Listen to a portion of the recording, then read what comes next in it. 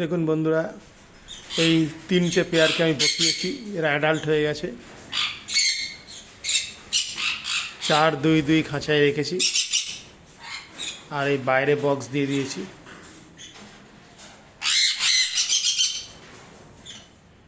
এটা একটা পেয়ার,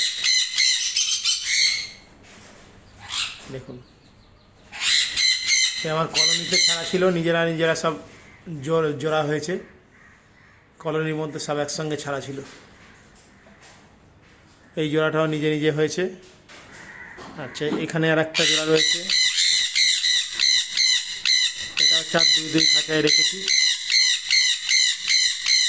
এই সাইডে বক্স দিয়েছি বাইরে, আর এখানেও আর একটা জোড়া রয়েছে। এই 3 জোড়াকে বসিয়েছি।